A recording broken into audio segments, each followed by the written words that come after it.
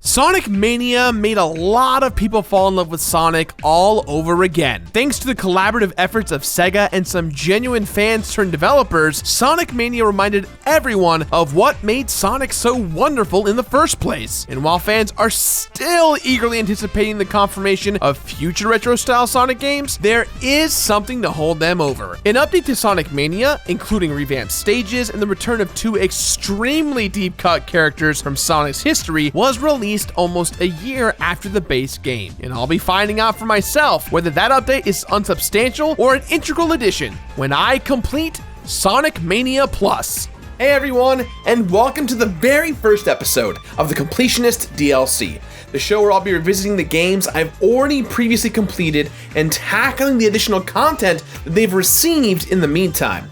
To kick things off, I'm going to complete Sonic Mania Plus and regress even further into my 90s nostalgia. Those were the good times. I didn't have to pay bills. LeVar was still on Reading Rainbow. Man, they were good times. Wait, LeVar still is on Reading Rainbow. He owns the show now. I guess the good times never end.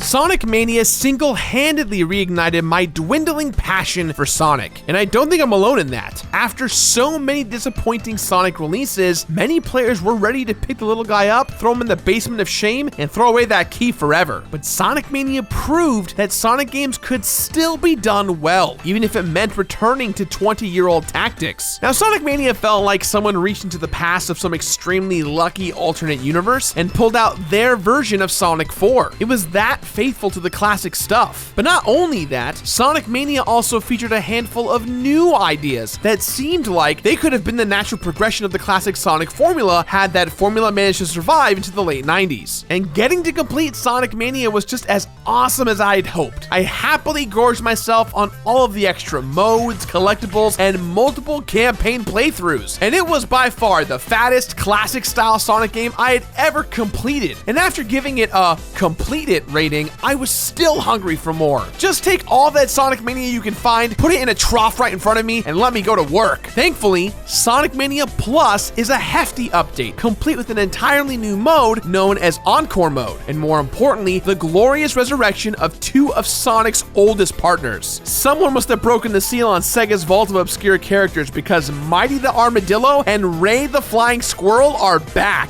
Here's hoping that vault stays shut for now though. We don't need any other embarrassments from Sonic's past clawing their way out of the Phantom Zone, like Brown Sonic, or that human girl that he made out with that one time, or whatever the hell this nightmare creature is. Somebody get the goddamn holy water!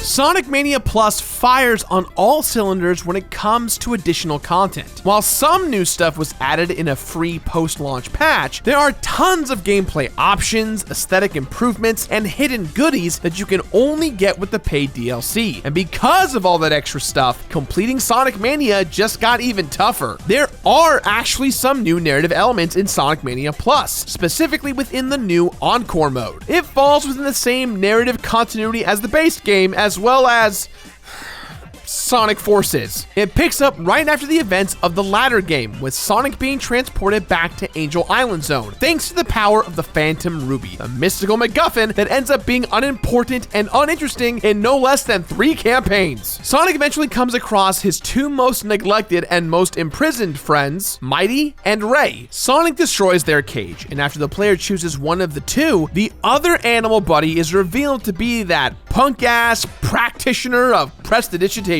the heavy magician of the hard-boiled heavies. The rogue Egg Robo snags the ruby and heads off to revive the rest of his mechanical big boy brethren. Sonic and his sidekick arrive just in time to get transported all the way back to motherfucking Green Hill Zone. again, which means Sonic and company are gonna have to complete their adventure all over again to rescue their friends, defeat the hard-boiled heavies, and reclaim the plot device, Phantom Ruby. Essentially, the only reason there's any new story stuff at all is to justify why Mighty and Ray have returned after all this time, and why the heavies are back to wreak more havoc. Honestly, I don't think it's that imaginative, and it's kind of low effort, but it is effort. They could have included absolutely no narrative elements to frame this new mode at all, and I would have taken it with a smile and a song. But they did give us something, which is greatly appreciated. I don't think anyone will deny that the real stars of Sonic Mania Plus are Mighty and Ray, who were long thought forgotten to history. Rather than just glorified skins for the established characters, Mighty and Ray each bring their own unique playstyles to the table. First off, Mighty's hard body allows him to perform the hammer drop, which can bring him down on top of bad guys or reveal certain hidden paths beneath him. He can also shrug off a single hit from spikes, but you can tell he's more hurt than he lets on.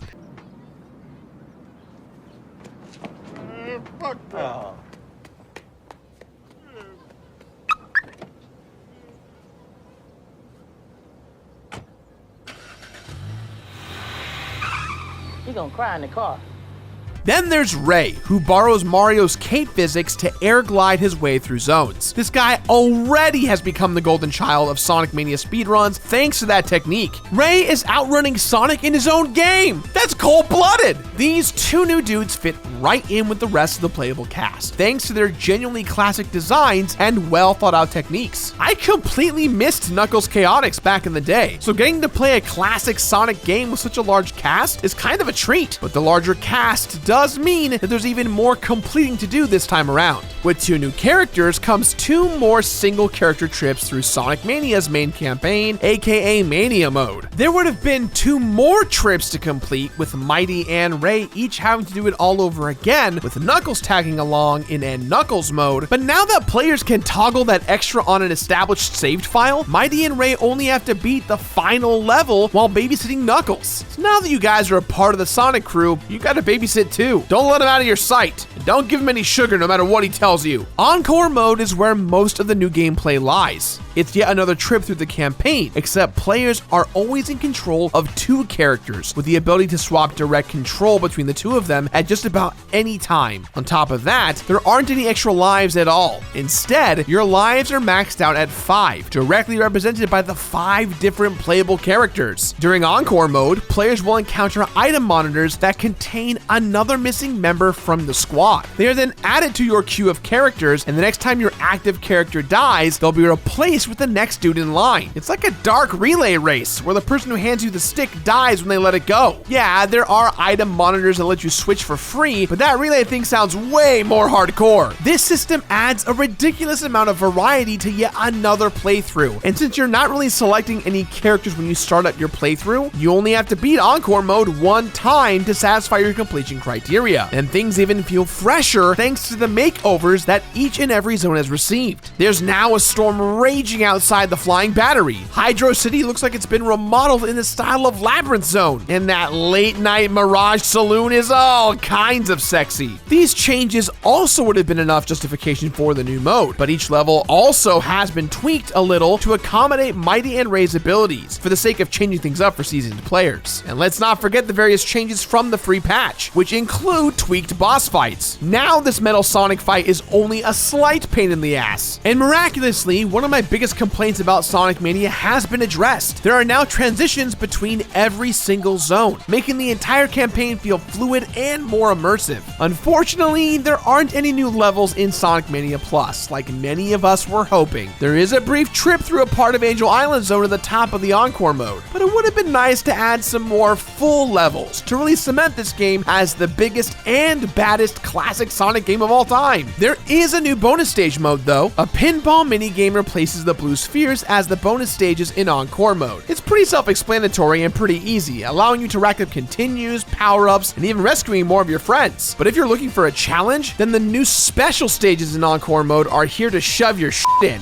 They have been amped way the hell up and will leave you feeling like Fox Mulder, just staring at a UFO as it flies away, knowing you'll never see it again. There are also new codes to play with. They can only be accessed with the no save file, and you have to input them on the not so secret level select screen. There's a code to unlock all the Chaos Emeralds instantly, and one that lets your character fly around in super mode like it's the very last level. These codes are fun and very welcome. Sonic Mania Plus is just about everything I'd want from an update to Sonic Mania. There's something new no matter which mode you're playing in, and it continues the theme of reincorporating the past while also trying the new stuff. Completing it is just a matter of a few more campaign playthroughs. But with all the new toys to do it with, it feels like the first time almost all over again. Yo, but what about vape mode?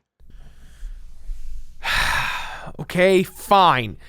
There is an actual thing called vape mode in Sonic Mania Plus, even though it sounds like a rumor that the meme armies would have made up because they were bored. The actual code to unlock this mode has not been discovered yet, and it may not even exist, as this mode, if it can't even be called that, may not have ever been intended for players. It can only be accessed with tools on the PC version of the game, and all it does is slow down the game's soundtrack a bit, emulating the somehow popular music form known as Vaporwave.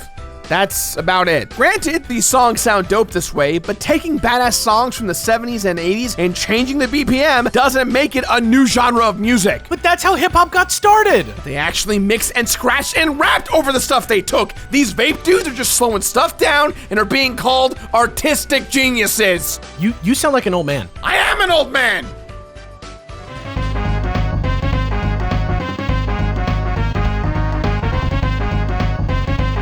You get what you pay for when it comes to Sonic Mania Plus, which is a lot, but unfortunately, there aren't any unlockables to speak of within this new content. There may not be any progressive rewards to scratch at the dopamine centers of your brain, but there's so many stellar additions available right from the start that I hardly even noticed myself going through the reward withdrawal. I got the shakes, baby! While I completed the Sonic Mania Plus DLC, there were 7 more deaths, 3 more campaign playthroughs, 21 more Chaos Emeralds collected, 8 more hours of total playtime, and 2 more Sonic characters that we'll never be able to ignore again because Ray is too fast to catch and Mighty is kind of sensitive. Sonic Mania Plus is more than worth the price of admission, as it only further solidifies Sonic Mania as the ultimate classic Sonic game. It proves that there are still plenty of pieces of Sonic's history that deserves modernization, and that Sonic can still have a bright future.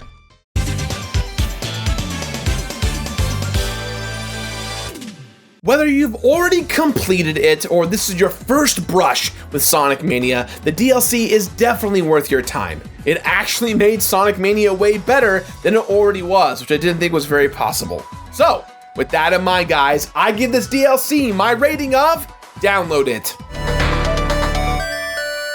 Download it. That's all time here for today, guys, so please, as always, let me know what you thought about the very first episode of the DLC down in the comments below. Let me know what episodes you want to see on games I've already completed that did not have DLC. There's going to be a few of them out there. Things like Splatoon 2, when I get to that. It'll eventually be Definitive Edition. I don't really know. Things like Spider-Man, because we're doing that. Things like freaking Breath of the Wild. It's going to be a huge one. These are meant to be companion piece videos to previous completionists that already exist. So that way you can kind of enjoy the full perspective in 2 videos rather than me taking a video down and redoing it from the ground up.